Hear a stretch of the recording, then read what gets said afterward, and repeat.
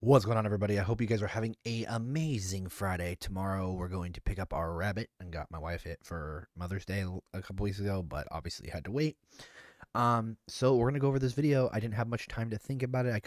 It's kind of been like on my head in the past couple days and whatnot. I was like, hey, let's do it. So how exactly do we reintroduce Wanda, and how do we bring Doctor Doom in, and how it could perfectly set up a steady line to actually build this character up into Secret Wars? Let's go into it. So essentially, I was just thinking of a good way to possibly introduce Wanda with Doctor Doom and then to tie in the Young Avengers. All of that leading into Secret Wars to give us a bigger picture. So essentially, I'm going to post up pictures that I used using ChatGPT, or not ChatGPT, Midjourney to create, which I think are really cool and are really detailed. So first up, you see this eye. I would like it to be almost like the credits start, or the movie starts rolling, and we get this kind of first. You see this eye blink. There's red chaos magic around it, and it's Wanda. She awakens and her eyes close, and she awakens and her eyes close, and she awakens and her eyes close. Then it zooms out, to which then we see Wanda right here. She's floating. She's still engulfed in chaos magic, and it is the only thing that was protecting her from her ultimate demise when she took down Wundagore Mountain and destroyed the Darkhold in every single universe. However, this time it was different. She wasn't being controlled by anything. There was no bigger being controlling Wanda from the distance. She was herself again. She was just Wanda Maximoff. To which then, she hears something. As she lands on the ground and her barrier goes down, a hooded figure in green comes up to her and essentially tells her that he knows who she is. She denies the Scarlet Witch. She's just Wanda. But at the same time, her memory is kind of muffled. And for some reason, this person, Doctor Doom, goes on to tell her that he needs her help. He doesn't ask for help. Doom is beneath help. But he knows if he can trick Wanda and siphon her power, he can get her abilities and create Battleworld, and he can make it a bigger thing and rule over the entire multiverse.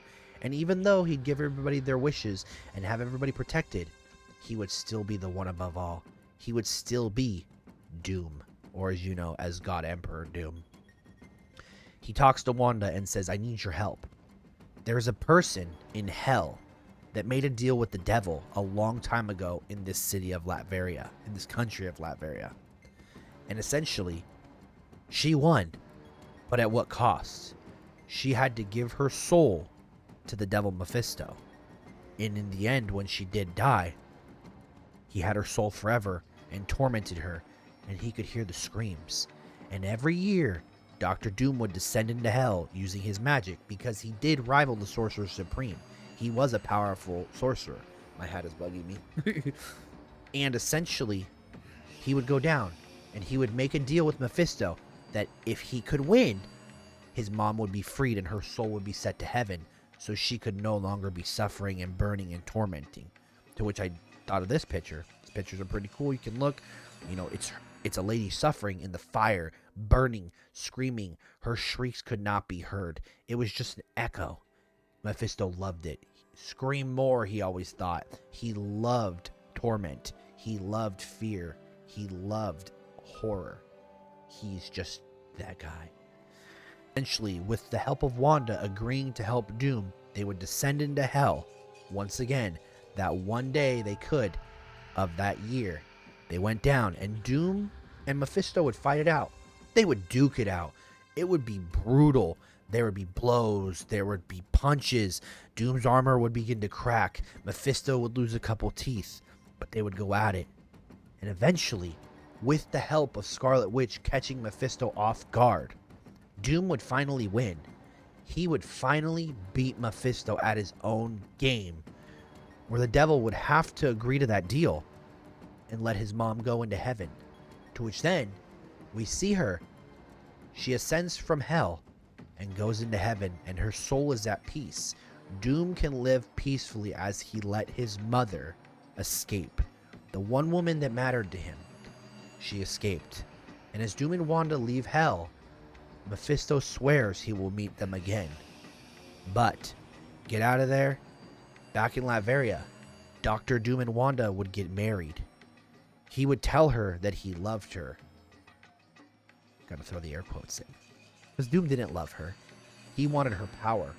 He thought, if she could do this to the devil himself, he could rule everything with that power. All he had to do was siphon that power out of her and take it for himself.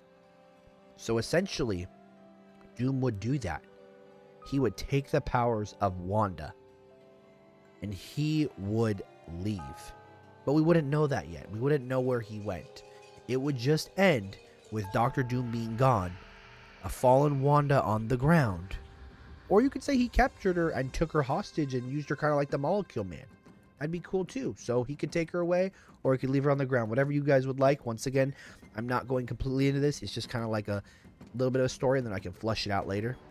And in the post-credit scene, we would see a hooded figure approaching Latveria. Be very specific that it's a Red Hood. If you know who it is, you know where it's going with a different kind of route. Think of it as a rebooted Children's Crusade without the so much saving their mother. Let me know what you guys think. I think it's interesting. If you don't like it, it's okay. Just let me know your feedback. I would love to hear it. As always, I hope you guys enjoy this video, and I'll catch y'all in the next one.